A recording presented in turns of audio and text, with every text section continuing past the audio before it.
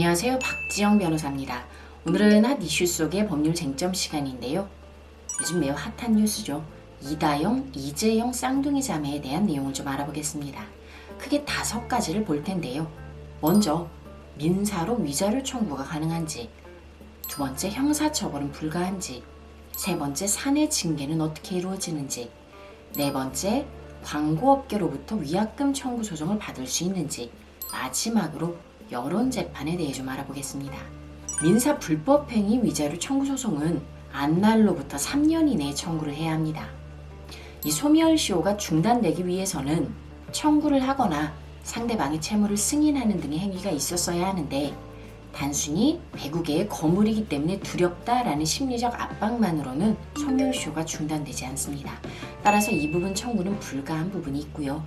다음으로 형사처벌은 10년 혹은 13년 전에 일이기 때문에 이들이 만 14세 이전에 행한 행위에 대해서는 형사처벌이 불가하다라는 조항이 있고, 그 이후에 행한 행위에 대해서도 협박죄는 공소시효 3년, 폭행이나 모욕은 5년 정도이기 때문에 시효가 지났다라고 볼 여지가 많습니다.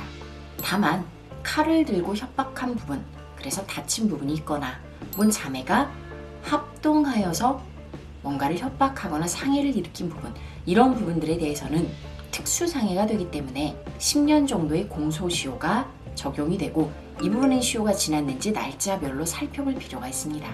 구체적인 날짜 정보는 없기 때문에 이 부분의 판단은 유보하는 것으로 하고요. 다음으로 사내 징계 절차는 법조항과 별개로 사내의 내부 징계 규정에 따라 이루어집니다. 대부분 징계 사유는 품위손상, 명예훼손 등 매우 추상적인 용어로 되어 있기 때문에 충분히 학폭사건을 포괄할 수 있을 것 같습니다. 실제로 흥국생명은 무기한 출정정지, 그리고 그 위에 협회는 국가대표 자격을 무기한 박탈하는 징계 결정을 내렸죠. 다만 영구제명은 아니기 때문에 시간차를 두고 복귀가 가능하다는 가능성은 열려 있습니다. 다음으로 광고계의 위약금 청구 소송인데요.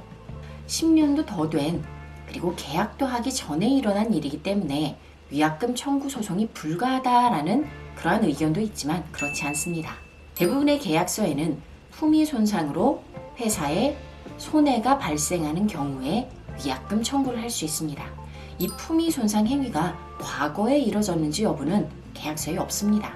따라서 과거의 일을 가지고도 충분히 손해가 있다면 그 부분을 청구할 수 있습니다.